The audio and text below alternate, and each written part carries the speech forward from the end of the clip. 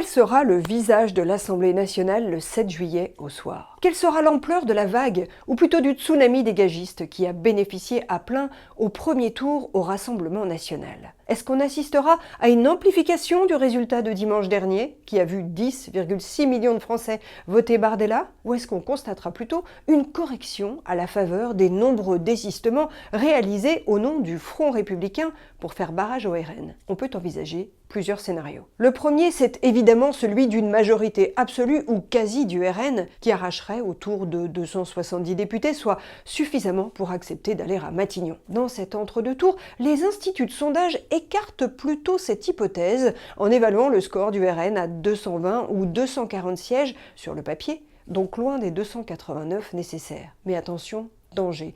On sait qu'il y a bien longtemps que les électeurs ne suivent plus les consignes de vote. Et est-ce que beaucoup ne vont pas être écœurés de voir les partis s'entendre dans leur dos en se retirant les uns en faveur des autres dans des alliances parfois franchement contre nature? Est-ce qu'un électeur de gauche parviendra à se résoudre dans l'isoloir à voter pour un candidat de droite en se demandant s'il ne rejoindra pas demain Ciotti ou Bardella? Est-ce qu'un électeur de droite votera pour LFI? Rien n'est moins sûr. Il y a un fort risque que l'abstention et le vote blanc progressent, faisant mécaniquement le jeu du RN. L'autre scénario, c'est celui d'une majorité alternative, qui verrait le nouveau Front populaire s'allier avec ce qu'il restera de Macronie pour former un gouvernement de briques et de broc qui serait piloté, entend-on, par un Olivier Faure ou un Boris Vallaud au PS, l'écolo Marine Tondelier, les macronistes Jean-Yves Le Drian ou François Bayrou, parmi les noms évoqués sans que personne n'en sache absolument rien. Arithmétiquement, ça peut marcher.